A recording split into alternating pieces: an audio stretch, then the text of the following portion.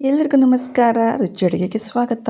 ನಾವು ರಾಯ್ತ ಅಂದರೆ side dish ಆಗಿ ನೆಂಚ್ಕೊಂಡು ತಿಂತೀವಿ ಅಲ್ವಾ. ಇದನ್ನು ನಾನು ಮಾಡ್ತಾ ಇರೋದು ಅನ್ನ ಜೊತೆ ಮತ್ತು ಚಪಾತಿ ಜೊತೆ ಕೂಡ ಇದನ್ನು ತಿನ್ಬಹುದು.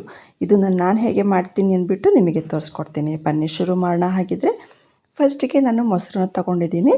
ಇದನ್ನು ಚೆನ್ನಾಗಿ ಬೀಟ್ ಮಾಡ್ಕೊಳ್ಬೇಕು. ಕ್ರೀಮ್ ಥರ ಬರಬೇಕದು. ಆ ಥರ ನಾವು ಬೀಟ್ ಮಾಡ್ಕೊಳ್ಬೇಕು. ನೋಡಿ ಈ ಥರ ಮಾಡ್ಕೊಳ್ಬೇಕು.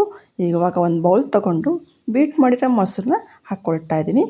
ಇವಾಗ ಇದಕ್ಕೆ ಒಂದೊಂದೇ ಮಸಾಲ ಪೌಡರ್ಗಳನ್ನ ಆ್ಯಡ್ ಮಾಡ್ಕೊಳ್ಳೋಣ. ಅರ್ಧ ಸ್ಪೂನು ಧನಿಯಾ ಪೌಡರು, 1/4 ಸ್ಪೂನು ಕಾಳು ಮೆಣಸಿನ ಪೌಡರು, ಅರ್ಧ spoon chaat masala, 1/4 spoon black salt, ರುಚಿಗೆ ತಕ್ಕಷ್ಟು ಮಾಮೂಲಿ ಉಪ್ಪು ಮತ್ತು ಸ್ವಲ್ಪ ಹೆಚ್ಚಿರೋ ಕೊತ್ತಂಬರಿ. ಇದನ್ನೆಲ್ಲ ಹಾಕ್ಕೊಂಡು ಚೆನ್ನಾಗಿ ಮಿಕ್ಸ್ ಮಾಡ್ಕೊಳ್ತಾ ಇದ್ದೀನಿ ನಾನು.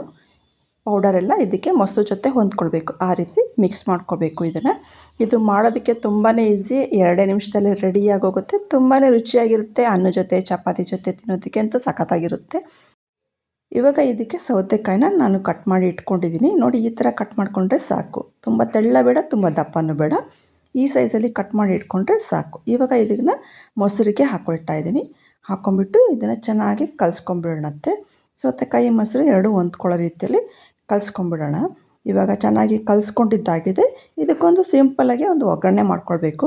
ಆವಾಗ ಇದಕ್ಕೆ ತುಂಬ ರುಚಿ ಬರೋದು. ಒಗ್ಗರಣೆ ಮಾಡ್ಕೊಳ್ಳೋದಕ್ಕೆ ನಾನು ಒಗ್ಗರಣೆ ಬಾಣಲಿ ಇಟ್ಕೊಂಡಿದ್ದೀನಿ. ಒಂದೇ 1 ಸ್ಪೂನಷ್ಟು ಎಣ್ಣೆ ಹಾಕ್ಕೊಳ್ಳೋಣ. ಎಣ್ಣೆ ಕಾದ್ಮೇಲೆ ಸಾಸಿವೆ ಹಾಕ್ಕೊಳ್ತಾ ಇದ್ದೀನಿ, ಜೀರಿಗೆ 2 ಚಿಟಪಟ ಆದಮೇಲೆ ಇದಕ್ಕೆ ಸಣ್ಣದಾಗಿ ಹೆಚ್ಚಿರೋ ಬೆಳ್ಳುಳ್ಳಿ ಹಾಕ್ಕೊಳ್ತಾ ಇದ್ದೀನಿ. ಬೆಳ್ಳುಳ್ಳಿ ಹಾಕ್ಕೊಂಬಿಟ್ಟು ಅದಕ್ಕೆ ಸ್ವಲ್ಪ ಇಂಗನ್ನ ಹಾಕ್ಕೊಂಡು ಚೆನ್ನಾಗಿ ಬೆಳ್ಳುಳ್ಳಿ ಹಸಿ ವಾಸನೆ ಹೋಗೋವರೆಗೂ ಚೆನ್ನಾಗಿ ಬಾಡಿಸ್ಕೊಳ್ಬೇಕು. ನಿಮಗೆ ಬೆಳ್ಳುಳ್ಳಿ ಫ್ಲೇವರ್ ಇಷ್ಟ ಆಗಿಲ್ಲ ಅಂದರೆ ಕರಿಬೇವಿನ ಸೊಪ್ಪು ಇಂಗನ್ನು ಹಾಕ್ಕೊಂಡು ಕೂಡ ಒಗ್ಗರಣೆ ಮಾಡ್ಕೊಳ್ಬೋದು. ಇವಾಗ ಸ್ವಲ್ಪ ಅರಿಶಿನ ಮತ್ತು ಖಾರದ ಪುಡಿ ಹಾಕ್ಕೊಳ್ತಾ ಇದ್ದೀನಿ. ನಿಮಗೆ ಖಾರಕ್ಕೆ ಎಷ್ಟು ಬೇಕೋ ಅಷ್ಟು ಖಾರದ ಪುಡಿ ಹಾಕ್ಕೊಳ್ಬೋದು. ಇದನ್ನು ಚೆನ್ನಾಗಿ ಫ್ರೈ ಮಾಡ್ಕೊಳ್ತಾ ಇದ್ದೀನಿ ನಾನು. ಖಾರದ ಪುಡಿ ಹಾಕಿದ್ಮೇಲೆ ತುಂಬ ಬಾಡಿಸ್ಕೊಳ್ಳೋದು ಬೇಡ, ಅದಿಲ್ಲಾಂದರೆ ಸೀದೋಗ್ಬಿಡುತ್ತೆ. ಸ್ಟವ್ ಆಫ್ ಮಾಡ್ಕೊಂಬಿಡಿ. ಇದು ಫುಲ್ ತಣ್ಣಗಾಗಬೇಕು.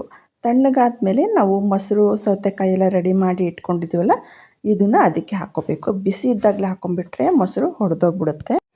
ಇವಾಗ ಒಗ್ಗರಣೆ ಫುಲ್ ತಣ್ಣಗಾಗಿದೆ. ಹಾಗಾಗಿ ನಾನು ಮೊಸರಿಗೆ ಇದನ್ನು ಹಾಕ್ಕೊಳ್ತಾ ಇದ್ದೀನಿ. ಹಾಕ್ಕೊಂಬಿಟ್ಟು ಇದನ್ನು ಚೆನ್ನಾಗಿ ಮಿಕ್ಸ್ ಮಾಡ್ಕೊಳ್ಬೇಕು. ಬೇಸಿಗೆಯಲ್ಲಿ ಮಜ್ಜಿಗೆ ಸಾರು ಮತ್ತು ಬೇರೆ ಸಾರೆಲ್ಲ ಮಾಡ್ಕೊಂಡು ಬೇಜಾರಾಗಿರುತ್ತಲ್ಲ, ಆವಾಗ ಇದನ್ನು ಮಾಡ್ಕೊಳ್ತೀನಿ. ತುಂಬ ಡಿಫ್ರೆಂಟಾಗಿರುತ್ತೆ, ತುಂಬ ರುಚಿಯಾಗೂ ಕೂಡ ಇರುತ್ತೆ ಇದು. ಮತ್ತು ಬೇಗನೆ ಆಗೋಗುತ್ತೆ. ಎಲ್ಲಿಗಾದರೂ ಹೊರಗಡೆ ಹೋಗಿ ಬಂದಾಗ ಮಾಡೋದಕ್ಕೆ ತುಂಬ ಸುಸ್ತಾಗಿರುತ್ತೆ. ಇದನ್ನು 2 ನಿಮಿಷದಲ್ಲಿ ಮಾಡಿಕೊಂಡು ಊಟ ಮಾಡ್ಕೊಂಬಿಡ್ಬೋದು. ನೋಡಿ ಇವಾಗ ಇದು ರೆಡಿಯಾಗಿದೆ. ನಾನು ಒಂದು ಪ್ಲೇಟಿಗೆ ಹಾಕಿ ಸರ್ವ್ ಮಾಡಿ ಇಟ್ಟಿದ್ದೀನಿ. ಸಖತ್ತಾಗಿ ಕಾಣ್ತಿದೆ ಅಲ್ವಾ? ತಿನ್ನೋದಕ್ಕೂ ಅಷ್ಟೇ ರುಚಿಯಾಗಿರುತ್ತೆ, ಮಾಡೋದಕ್ಕೂ ಸುಲಭ. ಈ ರೆಸಿಪಿ ನಿಮಗೆ ಹೇಗೆ ಅನ್ನಿಸ್ತು? ಈ ರೆಸಿಪಿ ನಿಮಗೆ ಇಷ್ಟ ಆಗಿದೆ ಶೇರ್ ಮಾಡಿ, ಲೈಕ್ ಮಾಡಿ, ಕಮೆಂಟ್ ಮಾಡಿ. Thank you.